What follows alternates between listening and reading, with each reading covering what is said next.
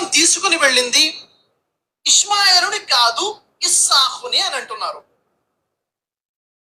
మనం ఇస్లాం యొక్క చరిత్ర చూసాము. ఇస్లాం యొక్క చరిత్ర ప్రకారముగా, ఇస్లాం బోధనల ప్రకారముగా ఇస్మాయిల్ అలీ ఇస్లాంని అబ్రహాం బలి ఇవ్వడం కోసం తీసుకువెళ్ళినప్పుడు అసలు ఇస్సాకు పుట్టలేదు. ఇస్సాకు పుట్టక ముందే బలి జరిగింది. కానీ ఇక్కడ యూదులు అంటున్నారు, క్రైస్తవులు నమ్ముతున్నారు ఏమిటది, అబ్రహాము బలి ఇవ్వడం కోసం తీసుకెళ్ళింది ఇష్మాయేలుని కాదు, ఇస్సాకుని. మరి వాస్తవం అసలు బైబిల్ ఏమంటుంది? బైబిల్ ఇచ్చే సమాధానం ఏమిటి ఒకసారి పరిశీలిద్దాం. ఆదికాండము 16వ అధ్యాయము 16వ వాక్యాన్ని మనం చదివినట్లయితే, హాగరు అబ్రహామునకు ఇష్మాయేలును కనినప్పుడు అబ్రహాము 86 ఏండ్ల వాడు. అంటే ఏం తెలిసింది? మొదటి కుమారుడు, జ్యేష్ఠ కుమారుడు ఇస్మాయిల్ అలీ ఇస్లాం పుట్టినప్పుడు తండ్రి అయిన అబ్రహాంకి ఎన్ని సంవత్సరాలు? 86 ఏండ్లు. ఆదికాండము 21వ అధ్యాయము 5వ వాక్యం ప్రకారముగా అబ్రహామునకు ఇస్సాకు పుట్టినప్పుడు, అంటే రెండో కుమారుడు పుట్టినప్పుడు అబ్రహాము 100 ఏండ్ల వాడు. అంటే 100 సంవత్సరాల వయసు అబ్రహాంకు ఉంది. 86 సంవత్సరాలలో మొదటి కుమారుడు ఇష్మాయేలు పుట్టారు. 100 సంవత్సరాల వయసు తండ్రికి ఉన్నప్పుడు ఇస్సాకు పుట్టారు.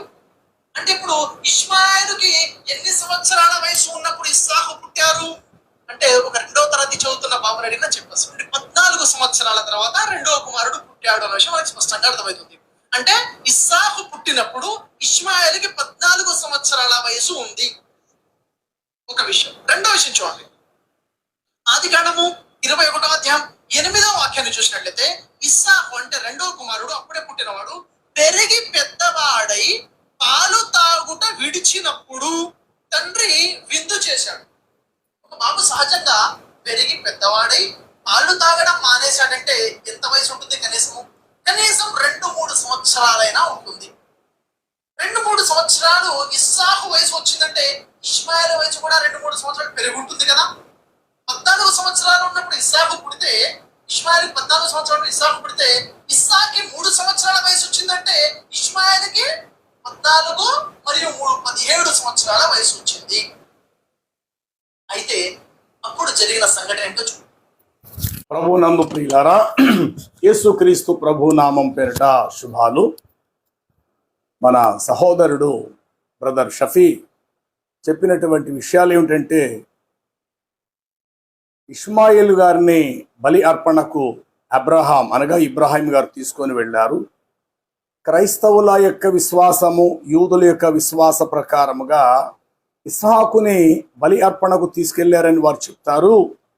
వాస్తవానికి బైబిల్ ప్రకారంగా కూడా ఇస్సాకును కాదు, అబ్రహాం గారు బలి అర్పణకు తీసుకొని వెళ్ళింది కేవలం ఇష్మాయేలు గారిని మాత్రమే అనంటూ, అతడు ఇస్లాం యొక్క చరిత్ర ప్రకారంగాను, ఇస్లాం యొక్క బోధల ప్రకారంగాను అని వాస్తవాన్ని దాటుకుంటూ వెళ్ళిపోతున్నాడు ఇతగాడు. వాస్తవం ఏమిటంటే, ఎవరో చరిత్రలు చెప్పటం ముఖ్యం కాదు. చరిత్రలు రకరకాలుగా రాయబడతాయి. ఎవరికి నచ్చిన విధానములో వారు చరిత్రలను వ్రాసుకుంటూ వెళ్ళిపోతారు. చరిత్ర కాదు, ప్రామాణికమైన గ్రంథములు. బైబుల్ అతడు ఎలాగైతే ఆదికాండం అని చెప్పి 16వ అధ్యాయం 21వ అధ్యాయాలని వచనాలు చూపించాడో సహోదరుడు, ఆ రీతిగానే దివ్య ఖురానులో నుండి అబ్రహాము గారు ఇష్మాయేలు గారిని బలి అర్పణకు తీసుకొని వెళ్ళెను అని డైరెక్టర్గా ఖురానులో నుండి చూపించాలి. నిజానికి అతడు బైబిల్ గురించి ప్రస్తావన చేస్తూ వచ్చారే తప్ప వేదికపై తాను విశ్వసించే తన ఖురాను గ్రంథములో నుండి ఒక వ్యక్తిని వేదిక మీదకి పిలిచి, ఇదిగో ఈ ఖురానులో ఇష్మాయేలు గారిని కుర్బానీ బలి అర్పణకు ఇబ్రాహీం గారు తీసుకెళ్లారా లేదా బ్రదర్స్, మీలో ఎవరైనా వేదిక మీదకి వచ్చి ఈ ఖురాన్ మీరు చదివి వినిపించండి అని అంటే చాలా బాగుండేది. అప్పుడు అతడు తన నీతి, తన యథార్థతను సమాజానికి చెప్పించే ఒక గొప్ప వ్యక్తి అయి ఉండేవాడు బ్రదర్ షఫీ. కానీ ఇక్కడ విషయం ఏంటంటే, ఖురాను ప్రకారంగా అసలు అబ్రహాము అనే వ్యక్తి ఇష్మాయేలుని బలి అర్పణకు తీసుకెళ్ళినట్లు అసలు ఖురానులోనే లేదు. ఒకవేళ ఈ విషయంలో గనుక నా చేతిలో ఇక్కడ దివ్య ఖురాన్ ఉంది. ఈ దివ్య ఖురాను లో నుండి ఒకవేళ మీలో ఎవరైనా ఇదిగోనండి ఇక్కడ ఇస్మాయిల్ గారి పేరు ప్రస్తావన అయ్యింది అనంటే కనుక అందుకు నేను ఎంతైనా సరి చేసుకోవడానికి నేను అంగీకరిస్తాను. షఫీ ఏ మతాన్ని విశ్వసించాడో ఆ మతానికి సంబంధించిన తన గ్రంథం అనబడిన ఖురానులోనే అసలు ఇస్మాయిల్ ప్రస్తావనే లేదు. అందుకు ఏదైతే ఖురానులో ఇస్మాయిల్ బలి అర్పణకు తీసుకెళ్ళని చెప్పుకుంటున్నారో ఇప్పుడు ఆ గ్రంథము, ఆ అధ్యాయము, ఆ భాగాన్ని నేను చదివి వినిపిస్తాను. నేను చెప్పిన ఈ వచనాలలో అసలు ఇస్మాయిల్ ప్రస్తావన వచ్చిందో లేదో వించున్నా మీరు గ్రహించండి.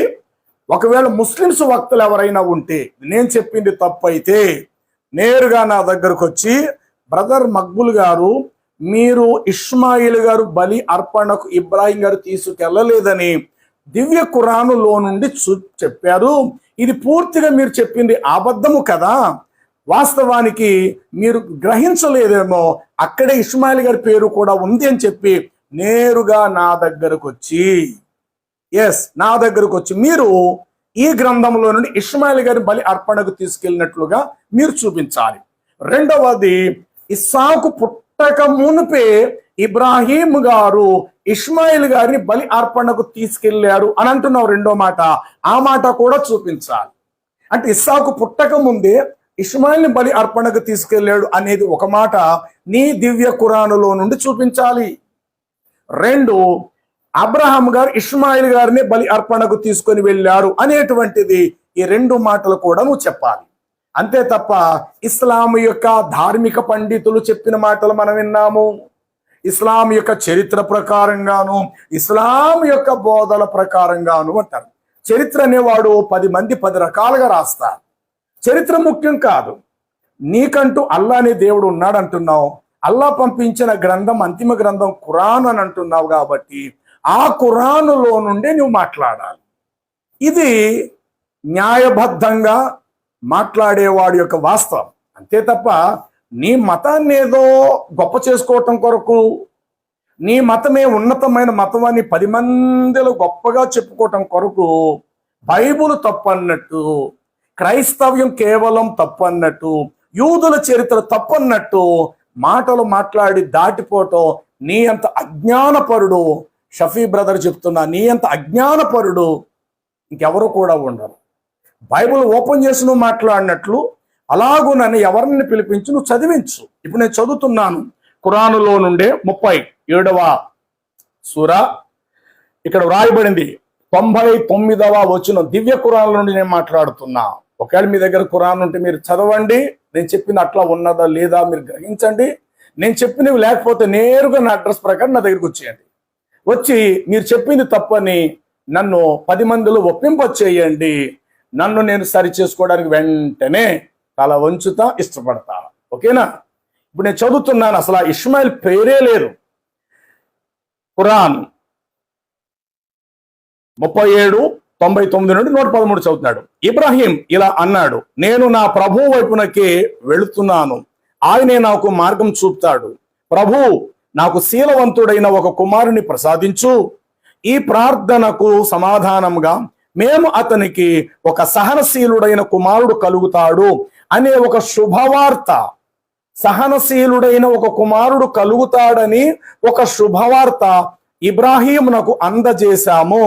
అయితే ఆ బాలుడు అతనికి తోడుగా పనిచేసే వయసు చేరుకునేటప్పుడు ఇబ్రాహీము ఒకనాడు అతనితో ఇలా అన్నాడు, ఏమని?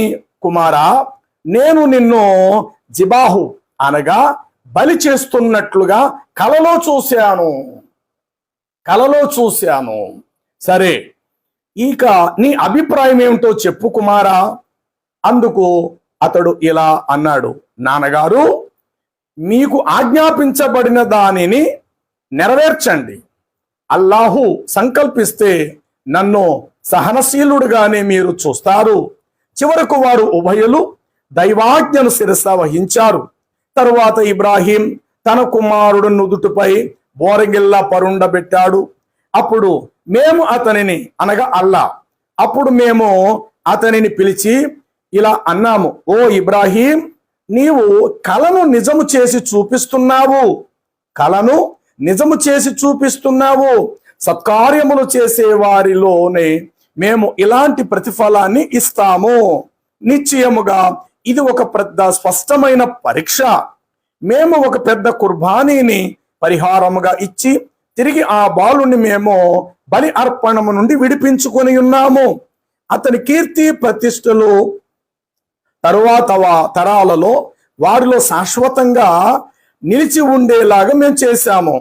ఇబ్రాహీమునకు శాంతి కలుగును గాక. మేము సత్కార్యాలు చేసే వారికి ఇలాంటి ప్రతిఫలాన్ని ఇస్తాము. నిశ్చయముగా అతడు విశ్వసించిన మా దాసులలోని ఒకడు. మేము ఇతనికి ఇస్సాకును గూర్చి శుభవార్తను అందజేశాము. విన్నారండి? ఈ కుర్బానీకి తీసుకెళ్లే సమయంలో ఇష్మాయిల్ అనే పేరు ప్రస్తావనే రాలేదు. అతని పెద్ద కుమారుడు అని ప్రస్తావన రాలేదు. ఇస్సాకు పుట్టక మునిపే ఇష్మాయేలు గారిని అబ్రహాము గారు బలి అర్పణకు తీసుకెళ్లారు అన్న ప్రస్తావన ఈ అధ్యాయము, ఈ గ్రంథములో అసలు లేనే లేదే. పైగా ఈ మాటలలో ఇబ్రాహీముతో ఎవరైతే దేవుడని అల్లాని మీరు పూజిస్తున్నారో ఆ అల్లా చెప్తున్న మాట ఎలా ఉందంటే, ఇస్సాకును గూర్చిన శుభవార్త ఇబ్రాహీమునకు మేము అందజేశాము అన్నాడు. నీకు సహనశీలుడైన కుమారుడిని ప్రసాదిస్తాను అనే శుభవార్త అందజేశాము అన్నాడు పైన. తిరిగి ఆ బాలుని బలి అర్పణ ముగించిన తర్వాత అతని స్థానములో మరొక పొట్టేలను గొర్రెను కుర్బానీని అర్పించిన తర్వాత, విడిపించిన తర్వాత మరలా అల్లా గారు చెప్తున్న మాట ఎట్లా ఉందంటే, మేము ఇస్సాకును గూర్చినటువంటి శుభవార్తను ఇబ్రాహీమునకు మేము అందజేశాము అన్నాడు. కనీసం ఈ అధ్యాయం అంతట్లో కూడా ఎక్కడా కూడా ఆ యొక్క ఇబ్రాహీము ఇష్మాయిల్ని బలి అర్పణకు తీసుకెళ్ళినట్టు అసలు ఆధారాలు లేవు. ఈరోజు సఫీ గాని సిరాజ్ గాని ముస్లిమ్స్ భక్తులు ఎక్కడైతే ఉంటున్నారో వీరు నేరుగా ఖురానులో ఇలా ఉందని వారు చెప్పరు. అరబిక్ వర్డ్స్ మాట్లాడేస్తారు. దానికి తెలుగులో 4 మాటలు చెప్పేసేసి ఇక తమ గ్రంథములో చెప్పటానికి సత్తా వారికి లేనందున, తమ గ్రంథములో నుండి వాస్తవాలు మాట్లాడడం వారికి తెలియదు, నిజానికి వాస్తవాలు వారి గ్రంథములో లేనందున పక్క గ్రంథాలను వెతికి కాలయాపన చేస్తూ 1 గంట గంటన్నర ఆ వేదిక మీద ఆ మాట గబగబా మాట్లాడేసి వీలైతే ఇటు పురాణాలు, ఇటు వేదాలు, ఇటు బైబిల్ గ్రంథము, యేసుక్రీస్తు, ఈ స్టోరీ అంతా అల్లుకుంటూ ఆ సభను ముగించేస్తారు. చివరికి వచ్చేసరికి ఏం చెప్తారంటే అల్లాయే గొప్ప దేవుడు, అంతిమ గ్రంథం ఖురాన్ గ్రంథము, అంతిమ దైవ ప్రవక్త మొహమ్మద్ వారు. ఈ మాటలు అక్కడ వినుచున్న ముస్లింల చెవులలో ఆ మాటలు నాటేసి అతగాడు తన పని ముగించుకొని వెళ్ళిపోతుంటారు. ఇది చాలా తప్పు. ఈ రోజు వరకు చాలా వరకు అజ్ఞానంగా పాపం అతను విశ్వసిస్తున్న ముస్లింలు కూడా అమాయకంగా మాటలు వింటున్నారు. కానీ అందులో ఒక్కడు పైకి లేచి, బ్రదర్ 1 నిమిషం ఆగండి, ఇదిగో దివ్య ఖురాను నా చేతుల్లో ఉంది, ఇందులో ఉన్నట్టు మీరు చూపించండి అంటే తిరిగి అంటాడు అరబ్బిక్లో ఉంటుంది, తెలుగులో మరల తప్పు అంటాడు. ఇది అరబ్బిక్లో ఉంటుంది, అది తెలుగు తర్జుమా చేసేసరికి ఆ పేరు రాలేదు అని చాలా సందర్భాలు అతడు దాటుకుంటూ వెళ్ళిపోయాడు. ఇది చాలా అజ్ఞానం. ఎందుకంటే నీ గ్రంథములో చూపించటం నీకు చేతకాక, 2 నీ గ్రంథములు చూపించవలసిన సరైన వాస్తవాలు నీ గ్రంథానికి లేకపోవటం ఇది పెద్ద అజ్ఞానం. వేరు వారి గ్రంథములో మాటలు చెప్పేసి కాలయాపన చేసి సమయం ముగించుకొని వెళ్ళిపోతున్నారు. ఇప్పుడు నేను చదివిన ఈ ఖురాన్ 37వ అధ్యాయంలో అసలు ఇష్మాయేలు గారిని ఇబ్రాహీమును బలి అర్పణకు తీసుకెళ్ళి అస్సలు ఆధారాలు లేవు. ఒకవేళ ఉంటే నాకు చూపిస్తే 10 మందిలో నేను చక్కగా మీరు చెప్పిందే కరెక్ట్, నేను నమ్మి నేను చదివింది కేవలం అజ్ఞానమని నన్ను నేను 10 మందిలో ఒప్పుకోగలుగుతా. దయచేసి ఎవరైనా రావచ్చు. సరే, మంచిది. ఇప్పుడు బైబిల్ ప్రకారముగా అతడు చెప్పాడు కదా ఇస్సాకును బలి అర్పణకు తీసుకెళ్ళినని. ఈ మాట చెప్పే ముందు ప్రపంచానికి మరుగుగా ఉన్న ఒక సత్య సంగతిని ఇప్పుడు నేను మీకు చెప్పి ముందుకు నేను వెడతా. అదేమిటంటే ఇష్మాయిల్ బలి అర్పణకు తీసుకెళ్లారా, ఇస్సాకును తీసుకెళ్లారా అనేది విషయం మీకు తెలాలి అని అంటే అసలు భూమి మీద మానవులు ఎన్ని రకాలుగా పుడుతున్నారు. ఇదేం మాట అండి? ఎన్ని రకాలుగా పుట్టడం ఏంటి? ఒకే రకంగా పుడతారు కదా, ఎక్కడైనా ఏ స్త్రీకైనా బిడ్డ అలాగే పుడతారు కదా అని మీరు అనుకోవచ్చు. కానీ బైబిల్ అలా చెప్పట్లా. బైబిల్ ప్రకారము భూమి మీద మానవులు 4 రకాలుగా పుడతారు. యోహాను శుభవార్త యేసునాథుడు చెప్పిన అద్భుతమైన మాట. ప్రపంచము ఆలోచించాలి. బైబిల్ సంగతులు వాస్తవంగా ఎవరికి సంపూర్ణంగా అర్థమవుతాయంటే, బైబిలును వ్రాయించిన పరిశుద్ధాత్ముడు ఎవరైతే కలిగి ఉంటారో, ఆ పరిశుద్ధాత్మను ఎవరైతే తమ అంతరంగములో చేర్చుకోగలుగుతారో వారికి మాత్రమే ఆ సత్య సంగతులు బయలుపరచబడతాయి. ఉదాహరణకు మాట చెప్తున్నాను. నేను ఒక ఉత్తరము వ్రాసేసేసేసి మీకు పోస్ట్లో పంపించేశాను. మీరు నా దగ్గర నుంచే ఉత్తరం వచ్చిందన్న సంగతి అయితే అడ్రస్ ప్రకారంగా తెలుసుకున్నారు. ఓకే, మ్యాటర్ చదువుతున్నప్పుడు ఒక లైన్ చదివి మిగతా 4 లైన్లు మీకు అర్థం కాల, కానీ అందులో అక్షరాలే ఉన్నాయి. కానీ అక్షరాలు కలిపి ఉండటమో లేకపోతే మీకు అవగాహన లేని రీతిగా నేను వాటిని రాసి పంపించేశాను. తిరిగి మీరు అదే ఉత్తరం పట్టుకుని నా దగ్గరకు వచ్చి, ఏంటి సార్ మీరు ఎలా రాశారు ఉత్తరం, పైన 2 లైన్లు మాకు అర్థమైంది, కింద 4-5 లైన్లు అసలు ఏంటి మాకేం అర్థం కావట్లేదు, అంత అసలు ఏముంది అని మీరు అన్నప్పుడు, నేను వ్రాసిన వాణ్ణి కాబట్టి, నా చేతి వ్రాత కాబట్టి నేను వ్రాసిన ఉత్తరము క్షణాలు అనార్ఘళంగా నేను చదివేయగలుగుతాను. అదే అక్షరాలు మీరు చదవటానికి మీకు కష్టంగా ఉంటుంది. ఎందుకంటే ఆ ఉత్తరం రాసింది మీరు కాదు. ఉత్తరము నేను నా చేతులతో రాశాను, నేను చదువుతూ రాశాను, నేను అనుకుంటూ రాశాను కాబట్టి నేను వ్రాసిన ఉత్తరము నేను అనార్ఘళంగా నేను చదవగలుగుతాను. నా ఉత్తరం నాకు తెలుస్తుంది, నా వ్రాత నాకు అర్థమవుతుంది. ఇదే క్రమంలో పరిశుద్ధ బైబిల్ గ్రంథము దేవుడు తన ఆత్మచేత ప్రవక్తల చేత వ్రాయించిన పరిశుద్ధ గ్రంథం. అంటే పూర్వ ప్రవక్తలు దేవుని ఏ పరిశుద్ధాత్మనైతే వారు కలిగి ఉన్నారో, అది షఫీ అయినా చెప్పే నేనైనా ఆ పరిశుద్ధాత్మను కలిగి ఉంటేనే పరిశుద్ధ బైబిల్ గ్రంథము వారికి అవగాహనము అర్థము కాగలుగుతాది. బైబిల్ ఒక ఆత్మ చేత వ్రాయబడినప్పుడు భిన్నమైన ఆత్మతో దాన్ని చదవాలని ప్రయత్నం చేస్తే గనుక ఆ మాటలు నీకు అక్షరార్థంగానే అర్థమై ముగించబడతాయి తప్ప అక్షరము వెనకాతల దాగిన కొండంత ఆత్మీయ పరమార్థము నీకు అర్థము కాదు. ఇది ముందు ప్రపంచ ముస్లిం సమాజం, ప్రపంచ క్రైస్తవ సమాజం వీరిరువురు కూడా గ్రహించాలి. అయితే యేసు ప్రభు వారు చెప్పిన యోహాను శుభవార్త 1వ అధ్యాయము 13వ వచనములో ఇట్లా చెప్పారు. ఏమని చెప్పారో వినండి. దేవుని మూలముగా పుట్టినవారు, 2వది రక్తము వలన పుట్టినవారు, 3వది శరీరేచ్ఛలను పుట్టినవారు, 4వది మనుష్యేచ్ఛలను పుట్టినవారు కలరు అంటాడు. అంటే ఇన్ని రకాలుగా భూమి మీద ప్రజలను కంటున్నారు.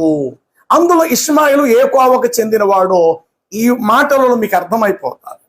యోహాను సువార్తలో యేసు ప్రభు వారు చెప్పినటువంటి ఆ యొక్క తొలి అధ్యాయం 13వ వచనంలో చెప్పబడిన మాట ఏంటంటే, దేవుని మూలముగా పుట్టినవారు, 2వది రక్తమాంసముల వలన పుట్టినవారు, రక్తము వలన పుట్టినవారు.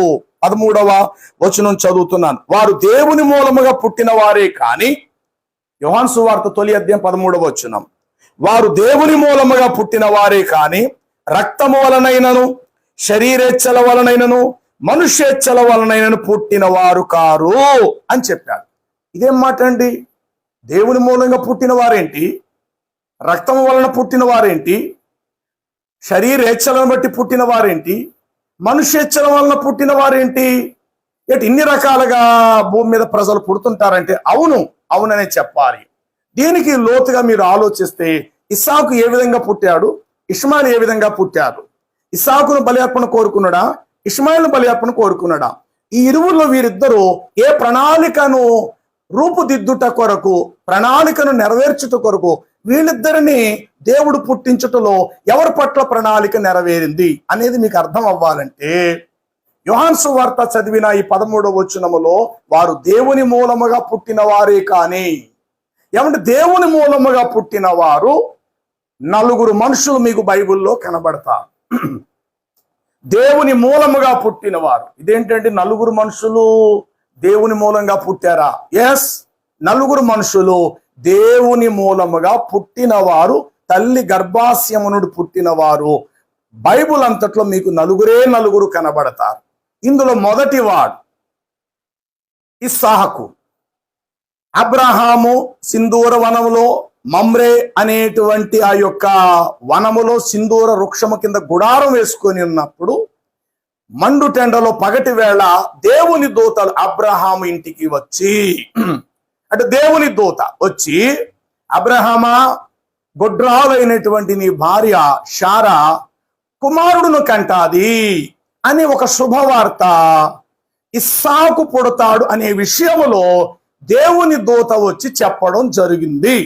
అంటే ఇది దేవుని మూలముగా, అంటే దేవుని నిబంధన కొరకు, దేవుని ప్రణాళిక భూమి మీద నెరవేర్చే పనిలో సాక్షాత్తు దేవదూత వర్తమానము తీసుకొచ్చి బిడ్డకు జన్మనివ్వబోయే తల్లిదండ్రులతో చెప్పడం జరిగింది. ఇది ప్రధానముగా ఇస్సాకులో నెరవేరింది. ఇస్సాకు దేవుని మూలముగా పుట్టినవాడు. రెండవది, అదే బైబిల్ న్యాయాధిపతుల గ్రంథములో మనం చూస్తే సంసోన్ అనే వ్యక్తి కనబడతాడు. ఈ సంసోను తల్లి గొడ్రాలు. ఆనాటి కాలములో ఫిలిస్తీన్ల చేతుల్లో ఇశ్రాయేలీలు బానిసలైపోయి ఉన్నారు. వారిని బానిసత్వము నుండి విడిపించుట కొరకు ఒక బలవంతుడు, బలసూరుడైన న్యాయాధిపతిని అనుగ్రహించుట కొరకు దేవుని దూత ఆ బిడ్డకు జన్మనివ్వబోయే తల్లి వద్దకు వచ్చి చెప్తాడు, చూడుమో, నీ కడుపున ఒక కుమారుడు పుట్టబోతున్నాడు, అతడు ఇశ్రాయేల్ ఫిలిస్తీన్ల చేతులను విడిపిస్తాడు, కాబట్టి ఆ పిల్లవాడిని నువ్వు చాలా జాగ్రత్తగా పెంచాలి అని దేవుని దూత వచ్చి వర్తమానము సంసోను యొక్క తల్లికి, సంసోను యొక్క తండ్రి కూడా చెప్పడం జరిగింది. ఇక్కడికి ఇద్దరు వ్యక్తులు వచ్చారు, అంటే దేవుని ప్రణాళిక ప్రకారంగా పుట్టిన వారు. మూడోది వచ్చేసరికి ఆలయములో ధూపం వేయుటకు ధూప వేదిక యొద్ద ఉండగా దేవుని దూత వచ్చి జకర్యాతో మాట్లాడటం జరుగుతుంది. జకర్యా, గొడ్రాలైనటువంటి నీ భార్య ఎలిజబెతు ఒక కుమారుడును కనును, అతనికి యోహాన్ అని పేరు పెడతారు. ఆ కుమారుడు తన ప్రభు యొక్క మార్గము సరళము చేయుట కొరకు తమ ప్రభువునకు ముందుగా పంపబడిన వాడు. ఈ విషయము కూడా దేవదూత వచ్చి జకర్యాతో గొడ్రాలుగా ఉన్న తన భార్య విషయంలో మాట్లాడటం జరుగుద్ది. ఇక్కడికి ముగ్గురు వ్యక్తులు వచ్చారు, దేవుని మూలముగా పుట్టిన వారు. నాలుగోది వచ్చేసరికి నజరేతులో ఉండేటువంటి మరియ ఇంటినో లేక మరియ యొద్దకు గబ్రియేలు దూత వచ్చి, దయాప్రాప్తురాలా, నీకు శుభం, ఇదిగో నీవు ఒక కుమారుని కందువు, తన ప్రజలను వారి పాపం నుండి ఆయన రక్షించును, ఆయనకు యేసు అని పేరు పెట్టేదారు. ఈ విధముగా దేవుని దూత వచ్చి మరియకు చెప్పి, దేవుని మూలముగా పుట్టిన వారి ప్రకారముగా యేసు ప్రభు, దేవుని మూలముగా పుట్టిన వారు బాప్తిస్మిచ్చి యోహాను, దేవుని మూలముగా ప్రణాళిక ప్రకారము సంసోను, దేవుని మూలముగా పుట్టినటువంటి వారు ఇస్సాకు. ఈ నలుగురు కూడా యేసునాథుడు చెప్పారు. అందుకే దేవుని మూలముగా పుట్టిన వారు ఈ నలుగురే కనబడతారు. రెండవది, రక్తము మూలముగా అన్నాడు. వారిలోనూ రక్తం ఉంది. ఇప్పుడు కొత్తగా ఒక వివాహము జరిపిస్తాము, కొత్త జంట, వారు పెద్దలు నిశ్చయించి పెద్దల సమక్షములో ఆ యొక్క వివాహం జరిగిస్తాము, పరిశుద్ధ వివాహముగా. వారు దాంపత్య జీవితంలో భార్యాభర్తలుగా కలిసి జీవిస్తారు, వారి కడుపున కూడా పిల్లలు పుడతారు. ఇది రక్తము మూలముగా, అనగా వివాహమైనటువంటి జంట వారు శారీరకంగా కలుస్తారు, భర్త భార్య, భార్య భర్త.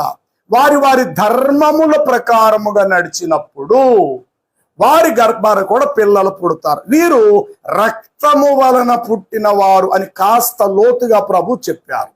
ఇక్కడికి అది రెండవ భాగం. మూడవది, మనుష్య శరీరేచ్ఛలను బట్టి అన్నాడు. అంటే శరీరేచ్ఛలను బట్టి అంటే ఒక మాట చెప్తాను, మీరు తప్పుగా అపార్థం చేసుకోకండి. ఒక స్త్రీ బిడ్డకు జన్మనివ్వాలి అని అంటే పెళ్ళే చేసుకోవక్కర్లేదు. భూమి మీద పెళ్లి చేసుకున్న భర్తే వస్తాడు, గర్భం కావాలంటే భర్తే అక్కర్లేదు, అంటే పెళ్ళే చేసుకోవక్కర్లేదు, ఆమె గర్భాన్ని ధరించగలుగుతాది. దీనిని అంటారు శరీరేచ్ఛలను బట్టి. లోతు యొక్క కుమార్తెలు వంశావళి కావాలి మాకు, కానీ సున్నతి చేయించుకున్న పురుషులు ఈ దేశంలో ఎవరు లేరు. అబ్రహాము ద్వారా వచ్చిన సున్నతి సంస్కారము ఆ మార్గములో నడిచేడు కాబట్టి లోతు, అబ్రహాం ఇంటిలో కొనబడిన వెండితో కొనబడిన అన్యులు, లేకపోతే అతని ఇంట్లో దాసులు అందరూ కూడా సున్నతి చేయించుకున్నారు. మరి ఈ క్రమం లోతుకు కూడా వచ్చే ఉంటుంది. ఈ కారణం చేత కూతురు గ్రహించారు, ఇచ్చట మనతో పోవుటకు ఏ పురుషుడు లేడు, కానీ మనం కూడా పిల్లల్ని కనాలి. ఈ కారణము చేత తండ్రి యొద్దకు వెళ్ళి వారిరువురు కూడా గర్భము ధరించి తండ్రి రక్తముతో మా వంశావళిని పెంచుకోవాలి, మా వంశావళి మా తండ్రి రక్తముకు సంబంధించింది అయి ఉండాలి అన్న ఈ కారణము చేత శరీరేచ్ఛలను బట్టి వారు వెళ్ళారు. ఇప్పుడు ఆ ఇద్దరు కూడా గర్భం ధరించాలంటే పురుషుడే అవసరం. అది తండ్రి అయినా పురుషుడే, పెళ్లి చేసుకుంటే భర్త కూడా పురుషుడే. కానీ ఒక స్త్రీ గర్భం ధరించటానికి పెళ్ళే చేసుకోకలేదు. గర్భం ధరించాలంటే ఆమె ఎట్లాగైనా గర్భం ధరించుకోగలుగుతుంది. అలాగే నాకు భర్తే కావాలని అనుకోకర్లేదు, ఏ పురుషుడు ద్వారానైనా గర్భము ధరించగలుగుతుంది. ఇది కాస్త లోతుగా అర్థం చేసుకోండి. ఈ కారణము చేత శరీరేచ్ఛలను బట్టి కూడా పుట్టిన వారు ఉన్నారు.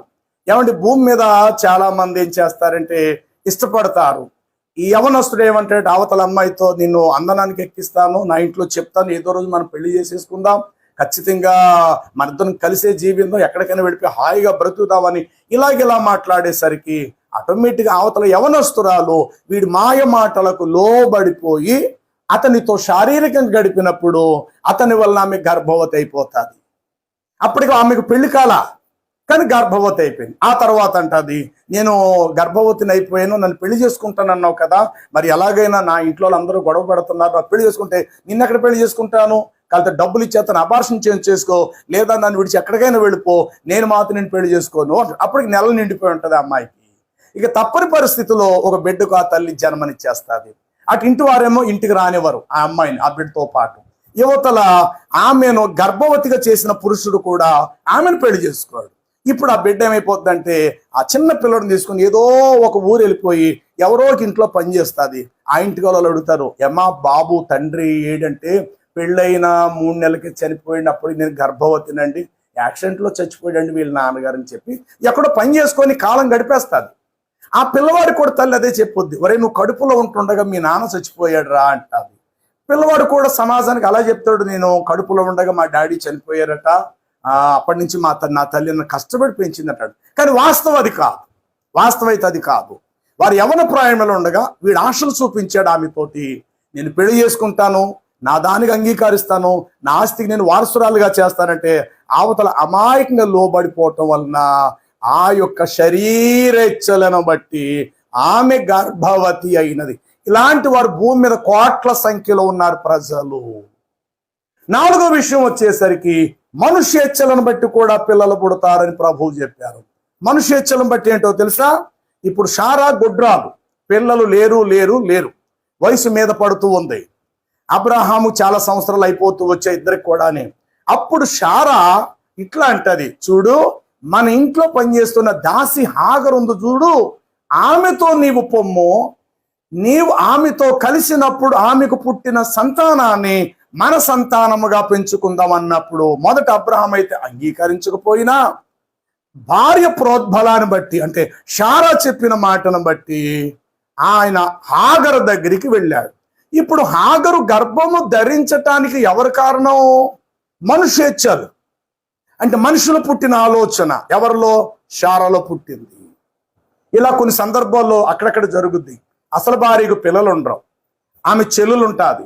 ఆమె చెల్లెలని ఈ అక్కగారు ఒప్పిస్తుంది, ఏమేమి బావగారితో పాటు ఉండు, నీకు పుడితే కనుక ఆ బిడ్డను మాకు ఇచ్చేసేసే, నాకు ఎలాగా పిల్లలు లేరు కదా, అదేంటక్క నన్ను చిన్నప్పటి నుంచి ఆయన పెంచుకు పెద్ద చేతుల మీద ఎత్తుకున్నారు, అవన్నీ పక్కన పెట్టి నేను చెప్తున్నాను నా మాట ప్రకారంగా మీ బావగారితో వెళ్ళు, ఖచ్చితంగా ఒక బిడ్డకు జన్మనిస్తే ఆ బిడ్డను మేము పెంచుకుంటామే, నా మాట కాదనకంటే ఇక్కడ ఆమె ఆలోచనను బట్టి ఆమె అవసరము ఎరిగి తీర్చుట కొరకు యువతల పెళ్లి కాలేని ఆ అమ్మాయి తన బావగారితో ఉంటే గనుక ఖచ్చితంగా ఆమె గర్భం ధరించవచ్చు. దీనిని ఏమందాము? మనుష్యేచ్ఛలను బట్టి, శరీరేచ్ఛలను బట్టి, అవసరాన్ని బట్టి కలిసి ఆ తర్వాత గర్భం ధరించిన తర్వాత విడిపోయి దూరం అయిపోవటం. ఈ విధంగా భూమి మీద జన్మనిస్తున్న తల్లులు ఎంతో మంది ఉన్నారు. మనుషులు సొంత అభిప్రాయం చేత గర్భం ధరించుకొని వేరే వాళ్ళతో వెళ్ళి గర్భం ధరించిన వారు చాలా మంది ఉన్నారు. అలాగుననే పెద్దల యొక్క నిశ్చయత చేత పరిశుద్ధంగా జతపరచబడి వారి దాంపత్య జీవితంలో రక్తము మూలముగా పుట్టే పిల్లలు సంతానము కూడా భూమి మీద ఉన్నారు. పైగా దేవుని మూలముగా పుట్టిన వారు కలరు. దేవుని మూలముగా పుట్టిన వారు ఇస్సాకు, దేవుని మూలముగా పుట్టిన వారిలో వర్తమానం చేత పంపబడి పుట్టిన వారిలో సంసోను, దేవుని చేత వర్తమానం అందించబడినటువంటి జకరియా భార్య అయినటువంటి ఆ యొక్క జకరియా భార్య ఎలిజబెతు గొడ్రాలు. 4వది మరియమ్మ తల్లి దగ్గరకు దేవదూత చెప్పడం జరిగింది. వీరు దేవుని మూలముగా పుట్టిన వారు. మరి ఇష్మాయిల్ ఎలా పుట్టాడు అనంటే మనుష్యుల యోచన బట్టి పుట్టాడు. అసలు అబ్రహామును శారా తొందర చేయకపోతే ఆ ఇంట్లో దాసి జీవితకాలం అంతా దాసిగానే ఉండిపోయి ఉండేది. ఆమె గర్భములో బిడ్డ పడటానికి అందుకు అబ్రహాము కంటే ముందు శారా కారణమైంది. శారా బలవంతం చేస్తే శారా ఆలోచన చెప్పినప్పుడు, ఆమె చెప్పిన ఆలోచన ప్రకారం అబ్రహాం వెళ్ళినప్పుడు ఆమె గర్భము పండింది. ఈ ప్రకారంగా ఇష్మాయేలు ఎవరు అంటే మనుషేచ్ఛలను బట్టి పుట్టినవాడు. లోతు కుమార్తెలు శరీరేచ్ఛలను బట్టి పుట్టినవారు. రక్తము వలన పుట్టినవారు, పరిశుద్ధ వివాహము జరిగితే వారి దాంపత్య జీవితంలో పుట్టినవారు. మరి దేవుని మూలముగా పుట్టిన వారు ఎవరు అనంటే ఇస్సాకు, అలాగనే సంసోను, అలాగే యోహాను, అలాగే ప్రభువైన యేసుక్రీస్తు వారు. కాబట్టి బైబిల్ చదువుతున్నప్పుడు కాస్త ఒళ్ళు దగ్గర పెట్టుకొని దేవుని ఆత్మ సహాయం చేత లేఖనములలో దాచబడిన వెనకాతల కొండంత పరమార్థాన్ని గ్రహించాలి. ఈ సహోదరుడు షఫీ గాని సిరాజే గాని ఏదో అరబిక్లో 4 మాటలు మాట్లాడే చేత్తో ఏమీ పట్టుకోకుండా కనీసం వేదిక మీద తీసుకొచ్చి ఈ వచనం మీరు చదవండి, ఇక్కడ ఇలా ఉన్నదో లేదో వినిచున్న ప్రజలకు మీరు వినిపించండి అని ఒక్క సందర్భంలో ఒక్కని వేదిక మీదకి తీసుకొచ్చి చదివించిన పాపానికి పోలేదు. కాబట్టి ఇక్కడ షఫీ చెప్పేది 100% అబద్ధము. ఒకవేళ అతను చెప్పింది నిజమైతే షఫీకి చెప్తున్నా, షఫీని అనుసరించే ముస్లిమ్స్ వర్గాన్ని చెప్తున్నా, నా అడ్రస్ నేను చెప్తూ ఉన్నాను. వచ్చి మక్బుల్ గారు షఫీ బ్రదర్ యొక్క వాక్యానికి లేకపోతే ఆయన ప్రసంగానికి మీరు ఇలా అడ్డుపడి చెప్పారు, రండి మీ ఖురాన్లో నుండి నేను చూపిస్తాను, ఎక్కడుందో మీ ఖురాన్ ఇవ్వండి, అందులో ఇస్మాయిల్ గారిని ఇబ్రాహీం బలి అర్పణకు తీసుకెళ్లారు ఉందని మీరు నాకు చూపించాలి. అలా చూపించగలిగితే 10 మంది మధ్యలో మీరు చెప్పిన దానికి నేను తల వంచి ఇంతవరకు నేను చదివింది నేర్చుకుంది కేవలం అజ్ఞానమనియు, మీరు చెప్పిందే 100కి 100% నిజమని నేను ఒప్పుకుంటా. రెండవది, అదే ఖురానులో నుండి ఇబ్రాహీమునకు సున్నతి అయినట్లుగా మీరు చూపించండి. అదే ఇబ్రాహీము తన కుమారుడైన ఇష్మాయేలు గారికి సున్నతి చేయించినట్లు నీ ఖురాన్లో చూపించండి. ఏదైనా మీకు వాస్తవాలు కావాలంటే బైబిల్లోకి దూరిపోతారు. బైబిల్ లేకపోతే ఒక మాట చెప్పడం మీకు దిక్కు లేదు. బైబిల్ చేత్తో పట్టుకొని మీరు చెప్పపోతే ఆ రోజుకి మీకు కడుపు పొట్ట గడవదు, ఆహారం నోటికి అందదు. నీ ఖురాన్ నుంచి నువ్వు ఎంత చెప్పినా ఏం చెప్తావు? కనీసం ముహమ్మదు వారు పవిత్రమైన వాడిని ఒక్క వచనము ఖురాను 114 సూరాలలో నుండి ఒక్క వచనము ముహమ్మదు పవిత్రమైన వారు, ఆయన ఏ పొరపాటు ఏ పాపమో చేయలేదు, పుట్టినది మొదలి చనిపోయే వరకు ఆయన పరిశుద్ధుడిగా జీవించడని అలాంటి ఒక్క వచనము మీ ఖురాన్ అంతట్లో చూపించగలుగుతారా? సహోదరుడు షఫీయే గాని, సిరాజు, జాకిర్ నాయక్, అహ్మద్ దీదా ఇలాంటి చాలా మంది ముస్లిమ్స్ వక్తలు ఉన్నారు. ఏదో 4 మాటలు చెప్పటం, వెంటనే బైబిల్లోకి వచ్చేయటం, బైబిల్లోంచి మిగతా స్టోరీ అంతా మాట్లాడేసి వెంటనే వేదిక దిగి వెళ్ళిపోతాం. సహోదరులారా, ఒక దినాన దేవుని సింహాసనం ఎదుట తీర్పులో నిలబడవలసి ఉంటుంది. న్యాయమైనది ఏదో జాగ్రత్తగా పరిశీలించండి, మేలైన దానిని చేపట్టండి. అంతే తప్ప నీ గ్రంథానికి గొప్ప రావాలని నీ గ్రంథంలో ఉన్న విషయాలు నువ్వు చెప్పడం మానేసి పక్కవారి గ్రంథంలో ఉన్న విషయాలు నువ్వు చెప్పడం, నీ అంత అజ్ఞాన పరులు అంటే ముస్లిమ్స్ వక్తల కోసం చెప్తారు, వీళ్ళంత అజ్ఞాన పరులు ఇంకెవరు కూడా లేరు. మరి మేమెందుకు చెప్తున్నాం అంటే నువ్వు చెప్పేది అబద్ధం కాబట్టి, నువ్వు చెప్పేది అబద్ధము అది నిజం కాదని చెప్పటం కొరకే మాలాంటి వారు తిరిగి ప్రారంభించటం, ఈ మాటలు చెప్పటం అనేది జరుగుతూ ఉన్నది.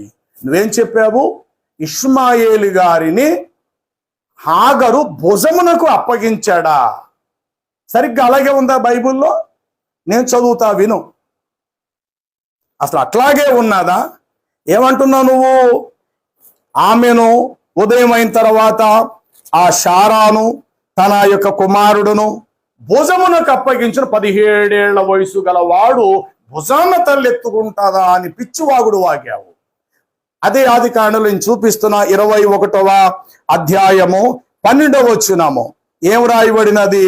అయితే దేవుడు ఈ చిన్నవాణిని బట్టియు నీ దాసిని బట్టియు ఓ అబ్రహామా నీవు భయపడవద్దు, సారా నీతో చెప్పు ప్రతి విషయములో ఆమె మాట నీవు వినము. అయితే ఇస్సాకు వలన అయినదే నీ సంతానమనబడును. ఏమంటే ఇప్పుడు దేవుని నిబంధనలో లేనప్పుడు, అనగా సున్నతి కప్న, ఇబ్రాహీమునకు సున్నతి జరగక ముందు పుట్టాడు ఇష్మాయేలు. సున్నతి జరిగిన తర్వాత పుట్టాడు ఇస్సాకు. కాబట్టి సున్నతి జరిగినది ఎప్పటి నుంచి చెప్తున్నాడు దేవుడు? ఎప్పుడైతే ఊరు అను పట్టణము నుండి అబ్రహామును బయటకు తీసుకొచ్చి నిన్ను ఆకాశ నక్షత్రాలుగా చేస్తానని దేవుడు ఎప్పుడు చెప్పాడో అప్పటి నుండి సారా ప్రస్తావనమే మాట్లాడుతూ వచ్చి, అంటే సారా గర్భము నుండి వచ్చిన బిడ్డ ద్వారా నా నిబంధనను స్థిరపరుస్తానని మొదటి నుండి మాట్లాడుతూనే వచ్చాడు దేవుడు. కాబట్టి ఇస్సాకు వలన కలిగింది నీ సంతానం అంటే ఆ పైన ఆ క్రింద వారితో నా నిబంధన స్థిరపరచలేదు. అందుకే బైబిల్లో ఎక్కడైనా దేవుడు మాట్లాడేటప్పుడు ఇలా మాట్లాడుతూ వచ్చారు, నేను అబ్రహాము దేవుడను, ఇస్సాకు దేవుడను, యాకోబు దేవుడను, యాకోబు నుండి వచ్చిన ఇశ్రాయేలు దేవుడను అన్నాడు. ఇదే మాట పదే పదే ఎందుకనంటే దేవుడికంటూ ఒక ప్రణాళిక ఉంది. ఆ ప్రణాళికను ఆ విధంగా రూపుదిద్దే పనిలో వారిని ఏర్పరచుకున్నాడు. ఇప్పుడు క్రీస్తు భూలోకానికి వచ్చి మరణించిన తర్వాత అన్య జనులను కూడా యూదులతో సమవారసులుగా ఆయన మార్చుకున్నాడు. ఇది దేవుని అనంతమైన ఆ ప్రణాళిక. దీనిని నువ్వు అవునని గాని కాదని గాని చెప్పడానికి వీలు. మరి అదే బైబిల్లో దేవుడు ఎక్కడైనా నేను అబ్రహాము ఇష్మాయేలు దేవుడని ఎక్కడా చెప్పలా. అబ్రహాము ఇస్సాకు దేవుడని అన్నాడు. ఎందుకో తెలుసా? అబ్రహాము రక్తము చిందించి గాయపరచబడి తన అంగమునకు సున్నతి జరిగిన తర్వాత దేవుని నిబంధన అబ్రహాము శరీరమందు గుర్తుగా నెరవేర్చబడిన తర్వాత ఇస్సాకు పుట్టాడు.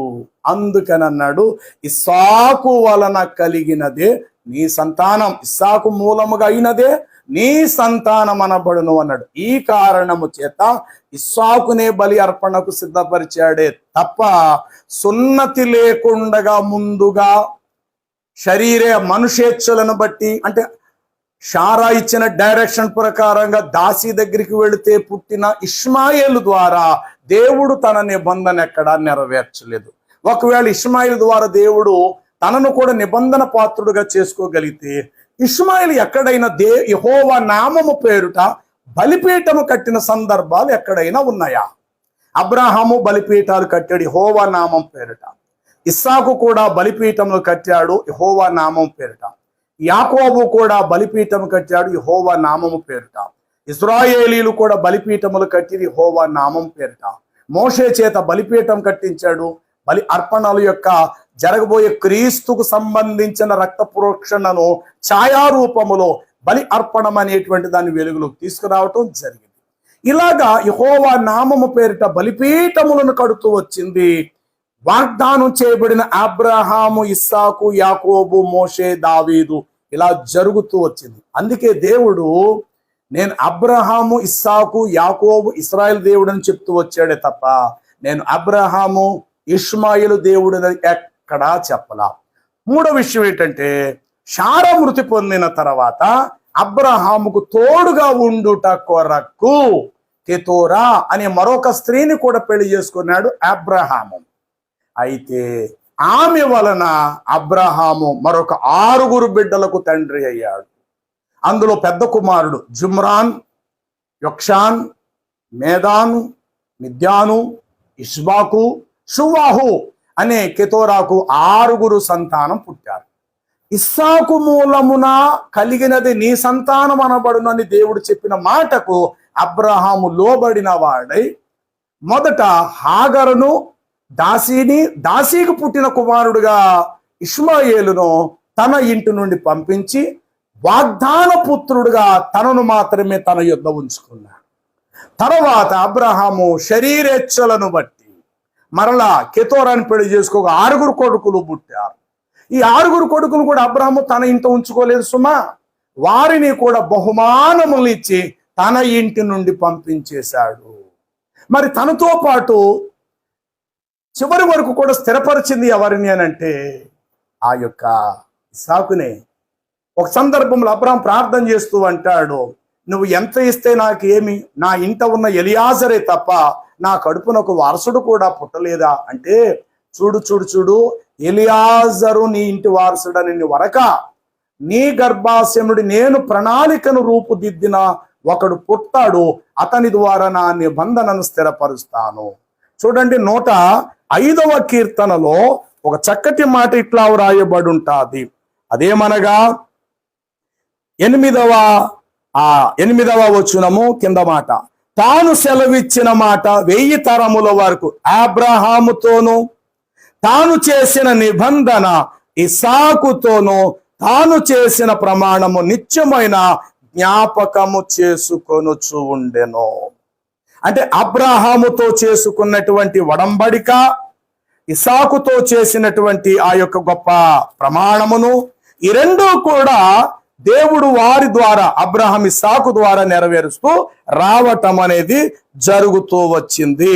తర్వాత లేవియా కాండము 26వ అధ్యాయం 42వ వచనం నేను చదువుతున్నాను. లేవియా కాండం అంటే దేవుడు ఎవరి ద్వారా తన నిబంధన నెరవేరుస్తూ వచ్చాడు. 42వ వచనం, నేను యాకోబుతో చేసిన నా నిబంధన జ్ఞాపకము చేసుకొందును, నేను ఇస్సాకుతో చేసిన నా నిబంధనను, నేను అబ్రహాముతో చేసిన నా నిబంధనను జ్ఞాపకము చేసుకొందును.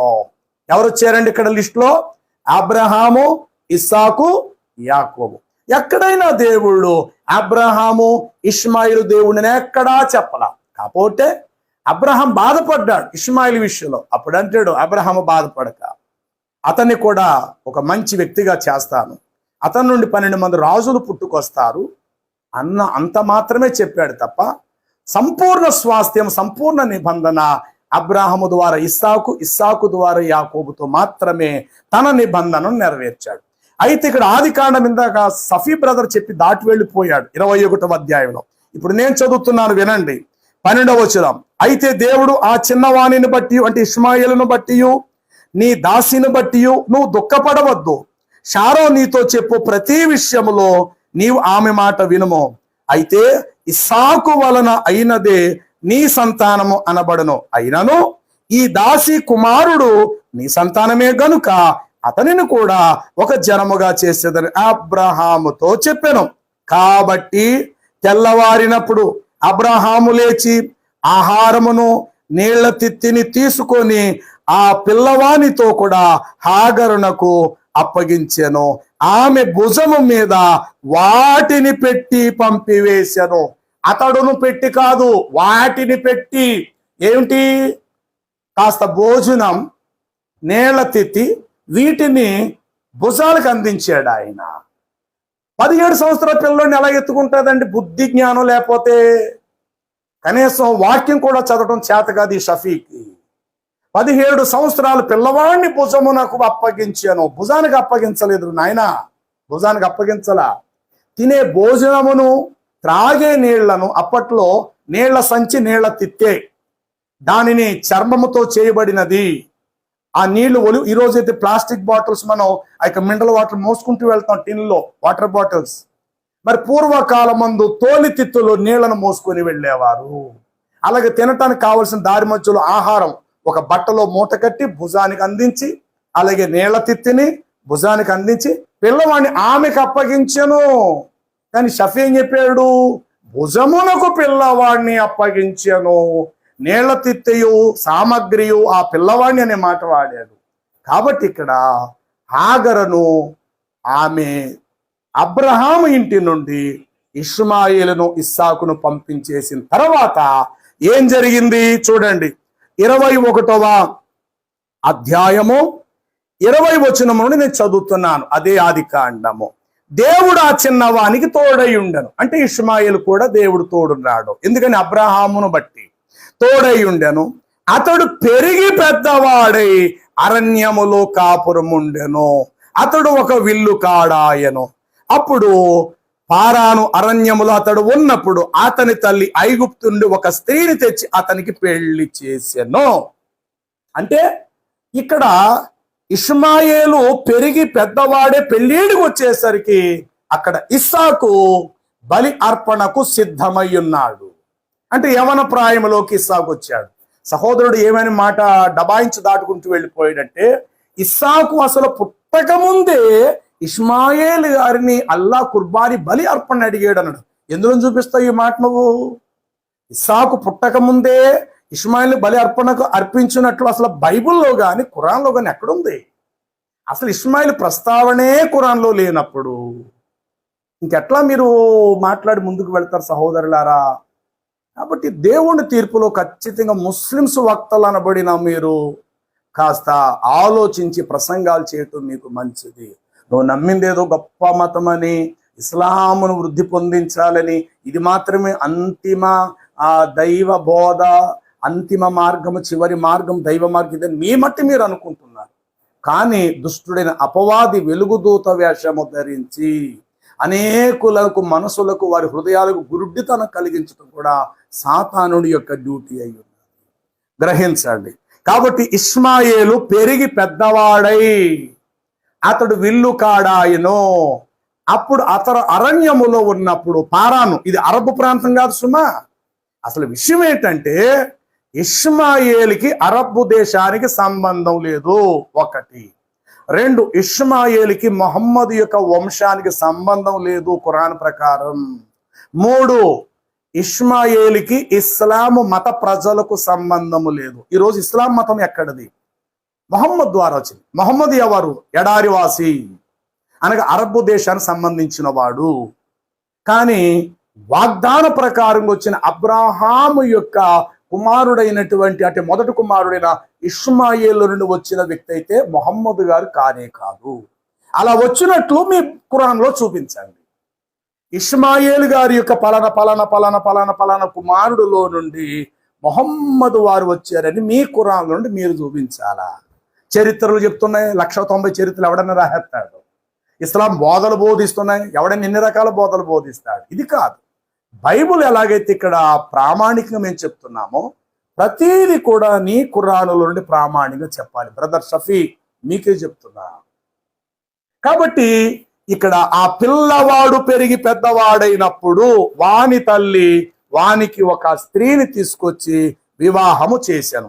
ఇది జరిగిపోయిన తర్వాత 22వ అధ్యాయం 1వ వచనం చూడండి. ఆ సంగతులు జరిగిన తర్వాత అన్నాడు. అంటే అప్పటికి ఇష్మాయేలిక చరిత్ర ప్రకారం అతడు పెళ్లి చేసుకున్నాడు. అతడికి పిల్లలు పుట్టడం ప్రారంభమవుతుంది. వయసులో చాలా పెద్దవాడయ్యాడు.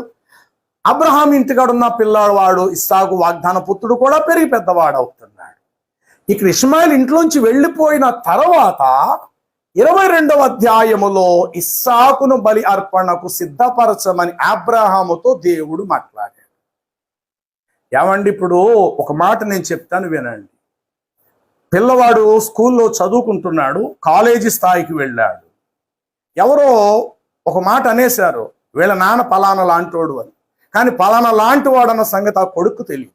కొడుకు దృష్టిలో వాళ్ళ నాన్నగారు చాలా మంచోడు, మంచినే చూసాడు ఎప్పుడు కోబట్ట ఎప్పుడును. ఆ మంచిని 10 మంది చెప్తాడు. మా నాన్న నన్ను ఎత్తుకుంటాడు, నేను అడిగిందల్లా నాకు ఇస్తాడు, మా నాన్న చాలా మంచోడు అంటుంటే కాలేజీలో 2-3 కుర్రలు, ఒరే మీ నాన్న సంగతి మాకు తెలిసింది లేరా అని. ఇప్పుడు పిల్లవాడు చెప్పిన మాట నిజం మనం తీసుకుందామా? పిల్లవాడికి జన్మను ఇచ్చిన తల్లిని అడిగి తెలుసుకుందామా? ఏమని? తన తండ్రి ఎలాంటి వాడని పిల్లోడికి తెలీదు. పిల్లోడు మధ్యలో ఊడిపడ్డాడు.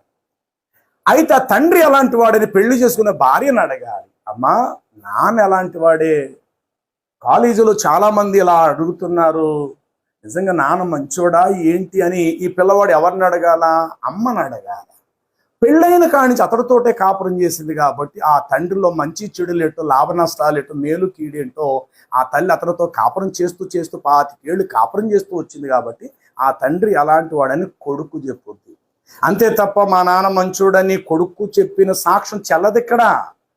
అప్పుడు కొడుకు ఒకవేళ మా నాన్న నీతిమంతుడు, యథార్థవంతుడు అని ఒకవేళ అంటే వెంటనే ఆ సమాజం ఆ పిల్లవాడు తల్లిని పిలిచి, అమ్మ ఒకసారి ఇలా రా, మీ పిల్లవాడు వాళ్ళ నాన్నగారిని చాలా గొప్పోడని చెప్పేస్తున్నారు, అసలు ఆ పిల్లవాడు తండ్రి అనగా నీ భర్త చరిత్ర ఏంటో నువ్వు చెప్పమ్మా అని అన్నప్పుడు ఆ తల్లి ఆ పిల్లోడి దగ్గరికి వెళ్ళి, నాన్న నువ్వు చెప్పిన మాటలన్నీ కరెక్ట్ కాదురా, మీ నాన్న యొక్క అసలు నిజ స్వరూపము నువ్వనుకున్నది కాదురా, నీ తండ్రి యొక్క అసలు నిజ స్వరూపం నాకు తెలుసురా, ఎందుకంటే నీకంటే ముందు నుంచి ఉన్నదా అని కదా.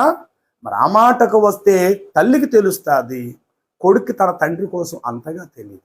మరి ఆ మాటకు వస్తే వాస్తవానికి బైబుల్ ఎప్పుడు వచ్చింది, ఖురాన్ ఎప్పుడు వచ్చింది?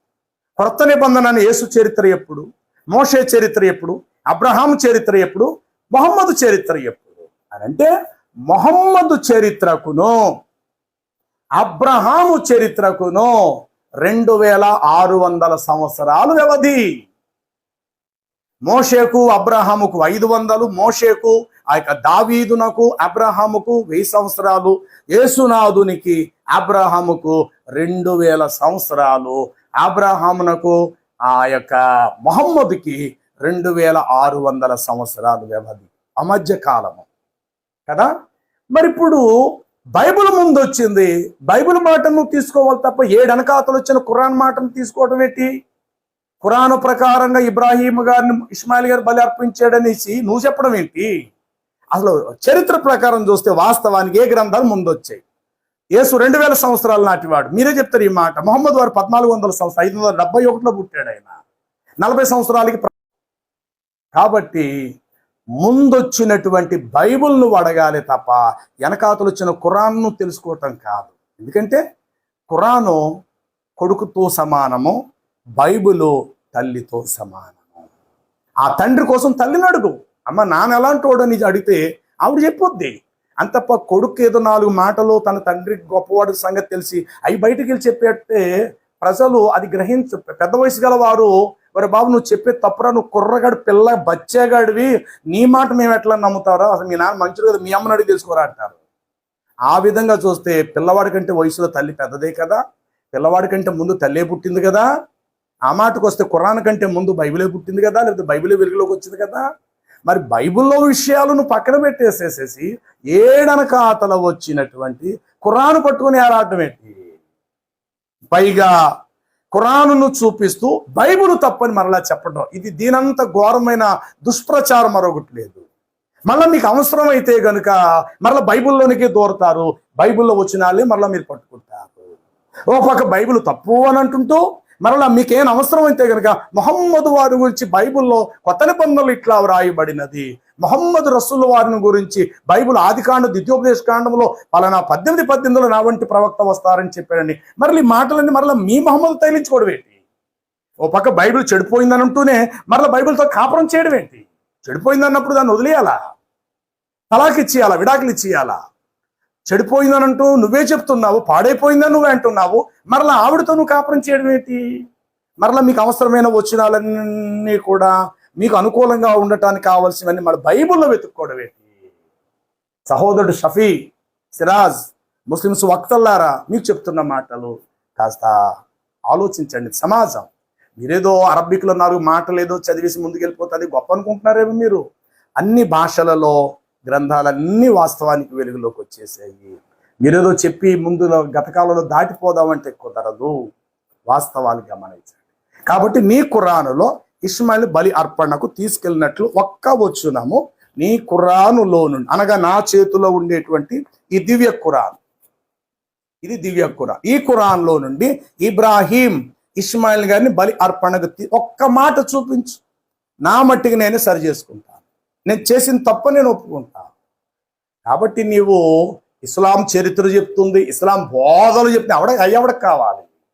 నీ ఖురాన్ ఏం చెప్తుంది అది నువ్వు చెప్పు, నా బైబిల్ ఏం చెప్తుంది నేను చెప్తాను. చరిత్ర మనకొద్దు, గ్రంథాలే మనకు ఆధారం. కాబట్టి బ్రదర్ షఫీ చెప్పింది ఫేక్, బ్రదర్ షఫీ చెప్పింది 100కి 100% కూడా అబద్ధము. దయచేసి అతని బోధన వినవద్దు. వాస్తవం ఏమైనా ఉంటే దీని తర్వాత ఈ మాట విన్న తర్వాత నీ ఖురాన్ నుంచి నన్ను కలవకపోయినా మరొక కొత్త ఒక వీడియో చేసి ఖురానులా వచ్చినా నాకు చూపించు, అది కూడా దివ్య ఖురాన్లో నుండి ఇష్మాయిల్ బలి అర్పించినట్టు. నా దాకా రాకపోయినా సరే కనీసం మరొక వర్తమానం మీరు ప్రసంగం చేసి రుజువుపరచడానికి ప్రయత్నం చేయండి. అరబ్బిక్ లెటరింగ్ చదువుతూ అరబ్బీలో ఉంది, ఇది తెలుగులో తర్జుమాలా ఆ మాటలో ఆ సోది కౌరులు చెప్పద్దు, ఆ సొల్లు మాటలు చెప్పద్దు, వాస్తవం మీరు చెప్పండి.